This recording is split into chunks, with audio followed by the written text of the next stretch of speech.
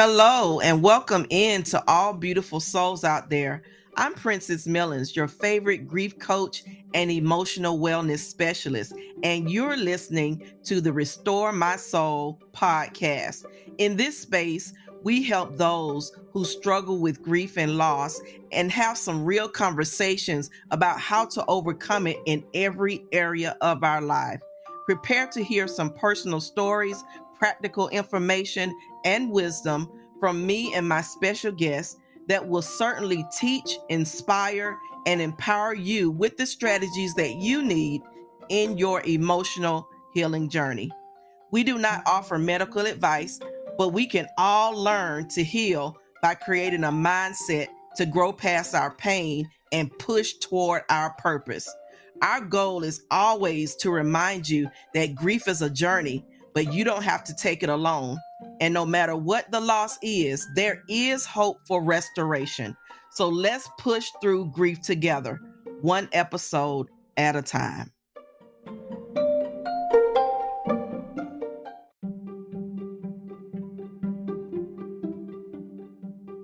I have a special guest today, Debby White, and she is the founder and CEO of Debby White and Company, and someone who has a powerful testimony of how to invite God in to use our gifts, even in the midst of abuse, overwhelm, and grief. There are many mothers that find themselves struggling in life in order to be everything to everyone without considering their own emotional, mental, and sometimes even our physical well being. I can testify to that. Sometimes we find ourselves doubting that we can get through the struggles. So today we're going to have a conversation about how to push past trauma, overwhelm, and burnout and get back to the place of living on purpose. Let's go.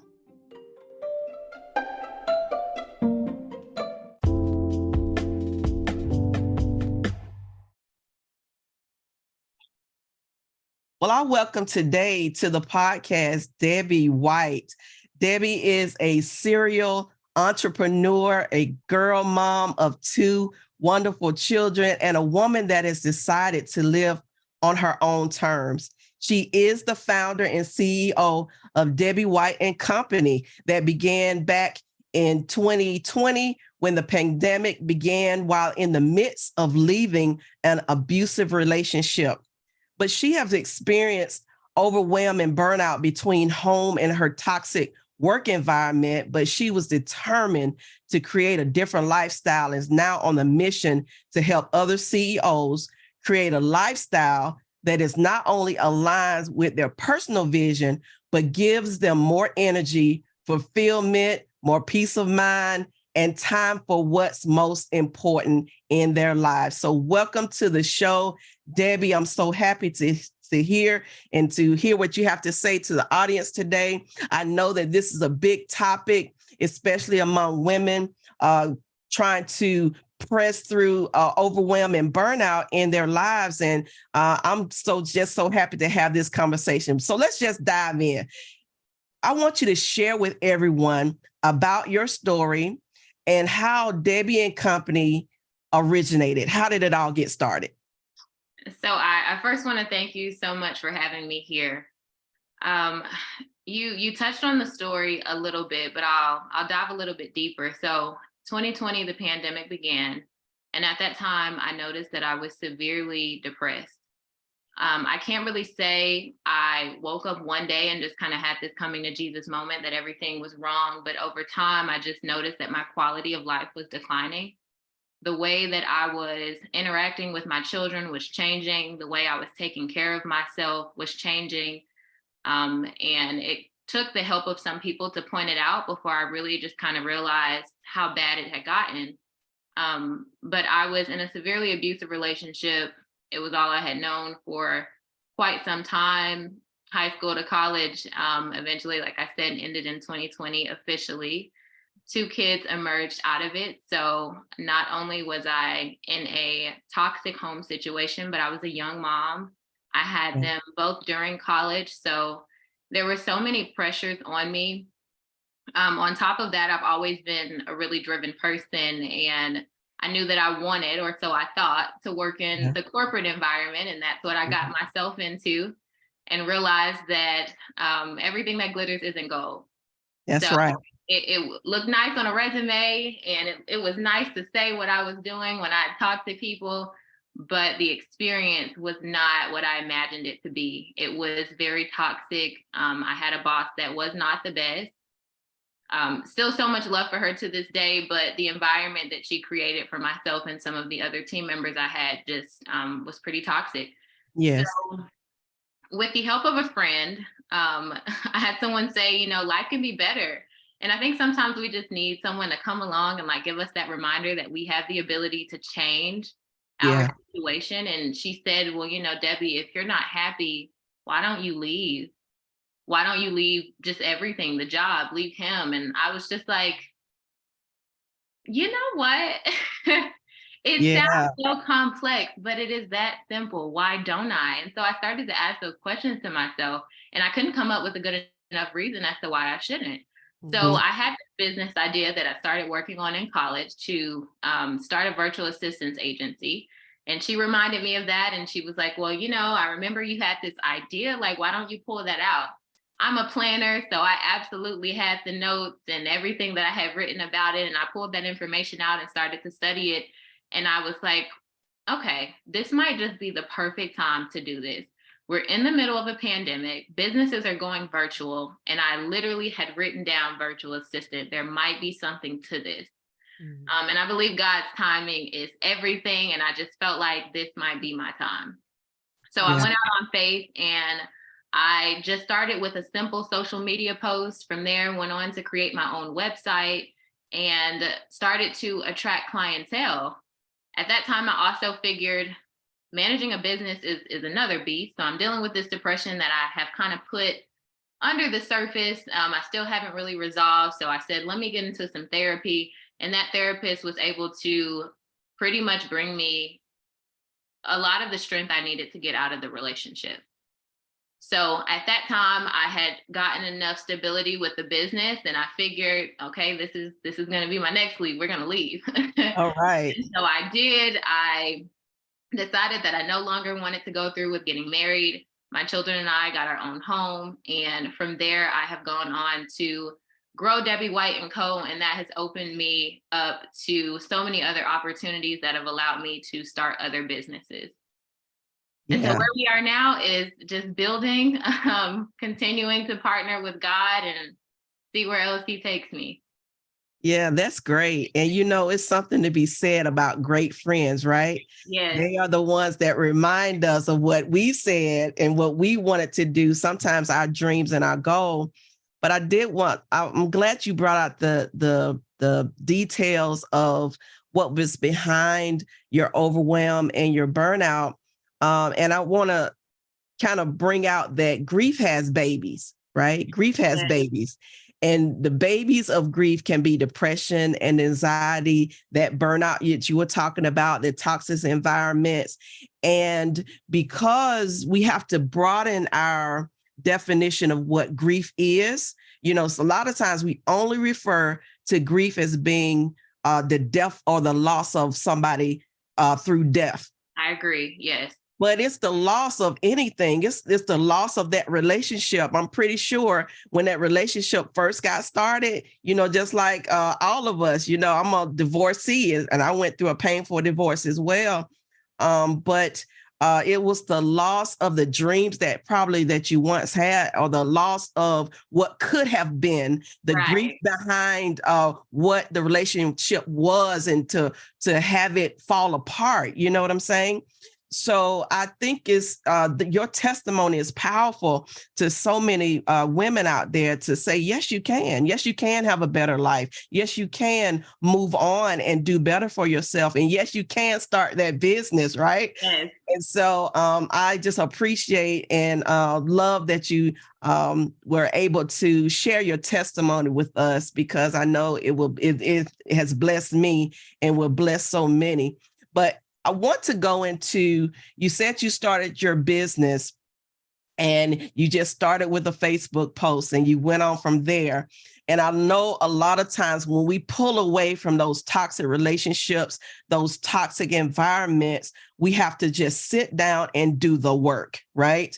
Well, a lot of us see success in celebrities and maybe some of our friends and families. They have some successful business and whatever, but nobody wants to talk about the work and the work that goes behind the scenes, right?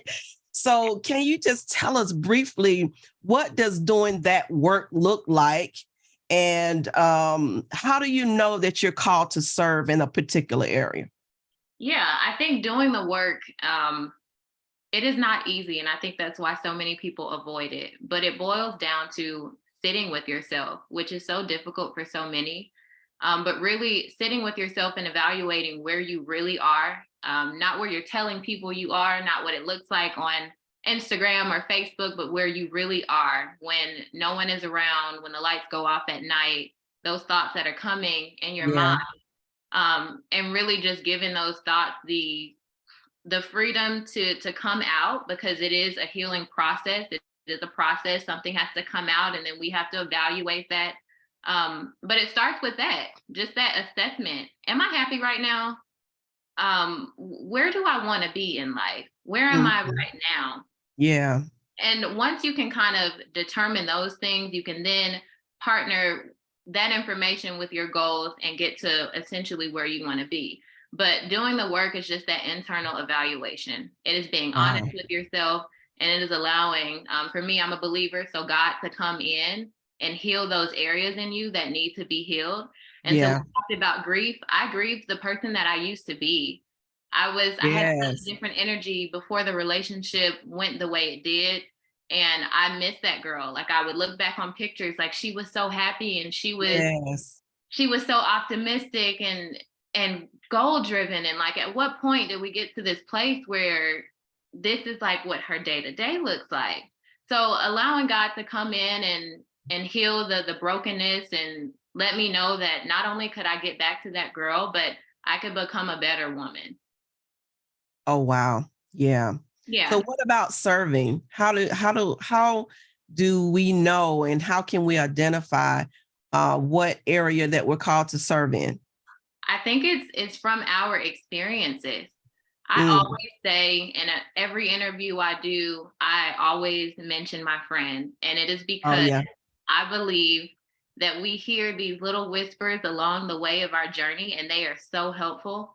But she had been where I was. She was also a single mom and had done the work of removing herself from a relationship and building a life for herself, and it becomes successful. So I don't think she knew in that moment that she was called to me in that way until I hit that point in my life where I needed her to be that. Yeah. But I think it's based off of the experiences we have. That is a good place to start.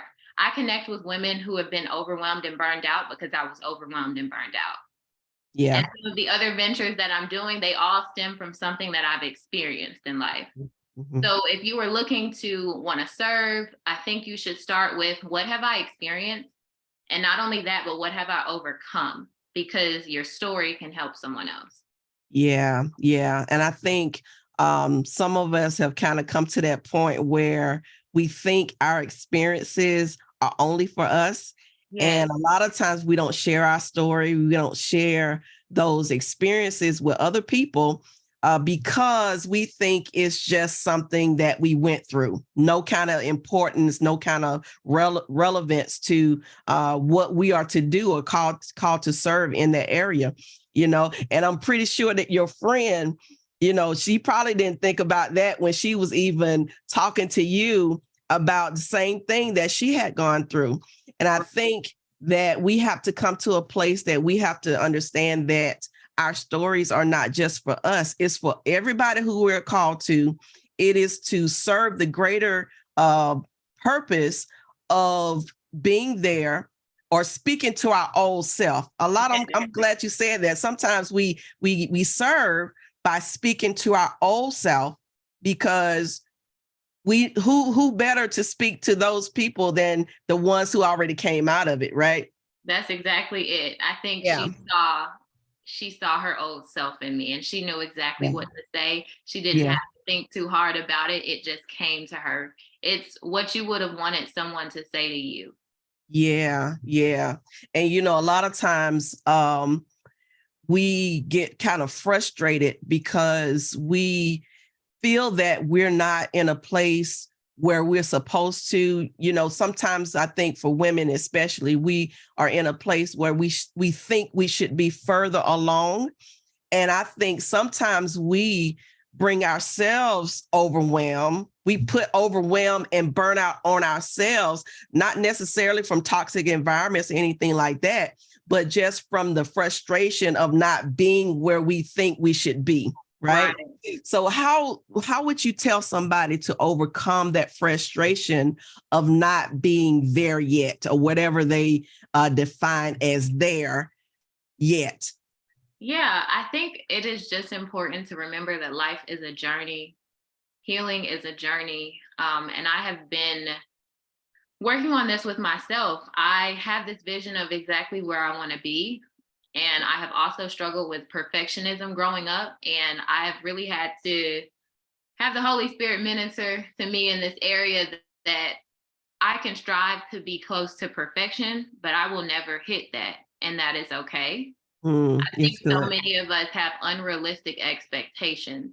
And it's not to say that you can't accomplish all these great things. And if you want to be a 7-figure business owner, you can't do that. I'm not saying that. But I think there is this expectation that one day we'll wake up and life will be perfect, but life will always be life. Yeah. And it's okay. Yeah. It is okay. You're right. And what would you say to the woman who have not gained their confidence yet to share their story? Sometimes we say that it's easier said than done. Yes. But you have a lot of people out here still, they have not gained that confidence that they need to be able to just share their story.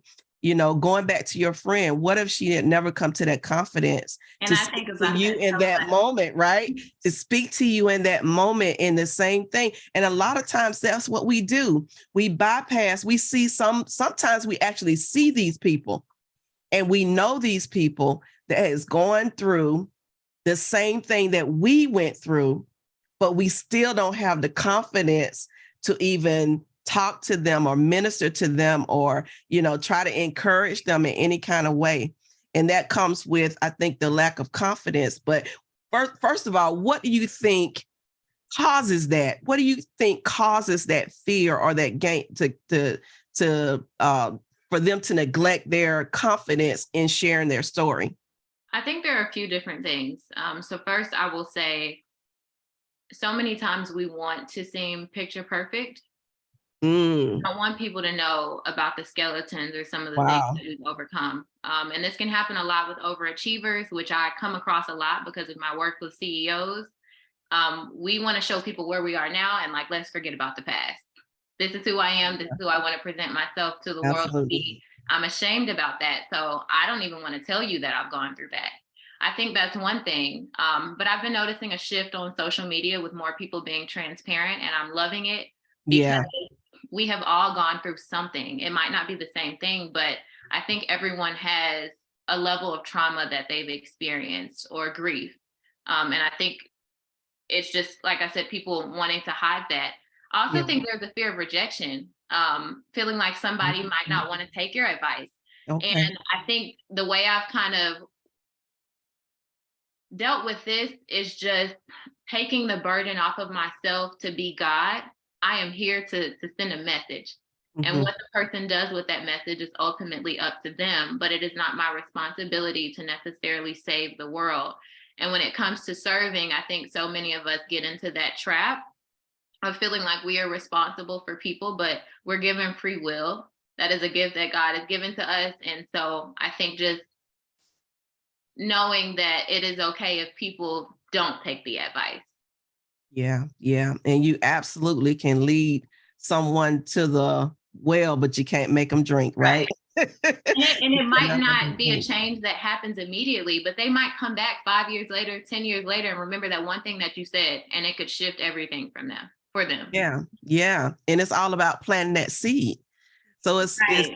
and I think even for me, I'm glad you said this because even for me, sometimes I look down the road and I say, well, I'll make the seed that I planted, I'll make it mediocre.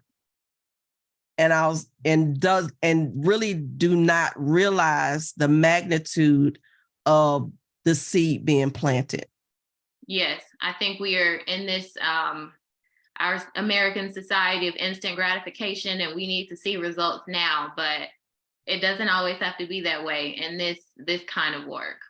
Yeah. And even when I was a teacher, I taught middle and high school for 20 years. And even if from a teacher's standpoint, we have our students every single year, have different students every single year. And we really, unless the student comes back and say what you actually taught them or how they enjoyed your class or anything like that, you really don't know. And so I looked even on that aspect, I looked over my years and just saw how many students would come back and say, thank you so much for teaching me this. And a lot of times I taught math. A lot of times it had nothing to do with math. It had to do with life skills. And so no matter it was 2 years, 5 years, some people now reach out to me on Facebook, some of my old Yes, I students. just did that with a counselor. I reached out to her this year and I said, you said something to me years ago. And Yes, I just want to let you know that like this is what I've become. And that seed that you planted, I didn't know what it was or what it would yes, mean, but one day it made sense. yes, Thank you. And like if there's anything I can do for you, let me know. yeah, Yeah. And she was just yeah, like, I wasn't expecting this. I had no idea that that would be such an impact. And I was like, it has been. yeah. So you And I just just never know. believe that God always know what we need. And going back to how we gain that confidence, a lot of times we gain confidence through those testimonies of those seeds that we planted years before or months before, however long it has passed. We get even more confidence because people come back and share how you have helped them to overcome this whatever thing that they had in their life. So that was great to even experience that a lot of times, right? So as we close this part of the interview, I just want you to tell everybody or leave some final thoughts if you want to, and tell everybody where they can follow you on social media. So final thoughts. I didn't mention this, but I want to make sure it's said. Your story does matter. You might feel like what you've experienced is insignificant, but I think everyone's story matters. As far as social media, I can be found at Debby White and Co. across all platforms on my website, Debby White and Co. That is pretty much where you can find me. I'll be introducing some of the other businesses that I've been working on through that platform specifically beginning in 2023. Is going to be a year. But that is where you can find and connect with me. If you have any questions, I'm open to answering them, sharing more about my experience, and just connecting.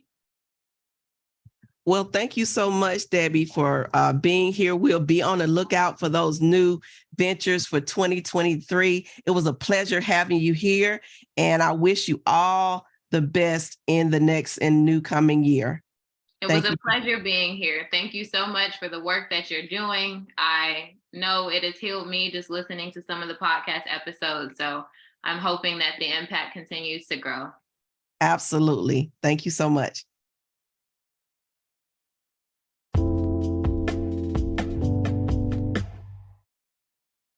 Let me encourage you today. The art of building requires dedication, hard work, and perseverance, but it becomes even more challenging, I believe, when you're dealing with the pain of your past and even your present. It can be difficult to just focus on building a business or pursuing your purpose when you are constantly battling with the emotions and negative thoughts and experiences from your past, right?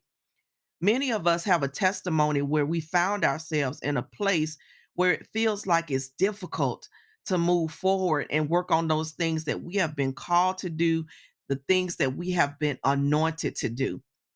And then we allow grief, we are allowed trauma and the pain of our past, even the pain of our present, to overwhelm us in such a way that it can paralyze us from moving forward to our next. Nehemiah chapter 2, verse 18 says, Then I told them of the hand of my God, which was good upon me, as also the king's words that he had spoken unto me. And they said, Let us rise up and build. So they strengthened their hands for this good work. And I believe if we want to move past our pain successfully, it requires the same decision that Nehemiah made to focus on going back to rebuild the wall and then making the people encouraged also to rise up and build. He had moved past that status of being just the king's cupbearer who was so grieved about the condition of his hometown. And he had moved to the builder that God called him to do and called him to be in spite of his grief.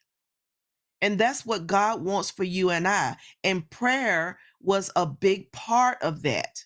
And in order to build while healing, we have to develop a prayerful and a deliberate plan of action. There were people that tried to distract Nehemiah to come down from the wall and stop building. And we, just like him, will also have those things that will come to discourage us. Even our own thoughts can be detrimental to our assignment. But as we commit all of our plans to God, his word remains true that he will establish everything that we do for him and make it succeed. So don't be afraid or ashamed of building while healing. Pray and stay open to God's planning instructions and have a solid confidence that all things will come together in excellence, and have strong determination that you are going to keep building no matter what.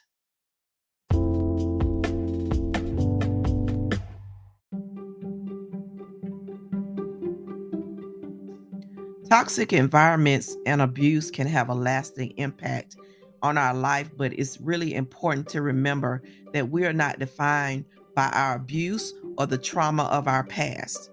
Listen, I personally know that it's challenging to move beyond pain, but it's possible to heal and reclaim our life. And focusing on our purpose can help us shift our mindset away from the toxic environment and towards a more positive and hopeful future. It doesn't mean that we don't have any work to do emotionally and mentally to break free, but there is power in a new and different perspective on our situations and having the right support systems in place. If we continue to see ourselves through the lens of helplessness and hopelessness, then our actions will naturally create what is already internally true. Well, Princess, you don't know what happened to me. It was so bad. And you're right. I don't know your specific testimony, but I am the product of trauma, of toxic relationships. And I realized that in order for my situation to change, my mindset and my actions had to change. And now I'm here as a living testimony of how to build while healing. And I know it can be tough, but we are not defined by the abuse or the toxic situations that we've experienced.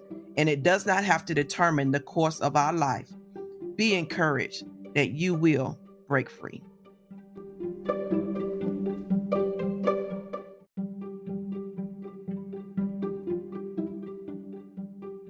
Thank you so much for joining another episode of Restore My Soul podcast.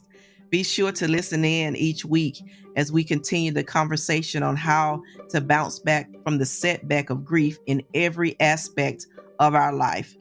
Don't forget to like and subscribe to the podcast so that you don't miss out on any new episodes. and share this with as many people as possible so that they can be encouraged in their emotional wellness journey. And I invite you to follow me at Princess Millens on all social media platforms or at princessmillens.com. Well, that's my time for today, and I will see you in the next episode.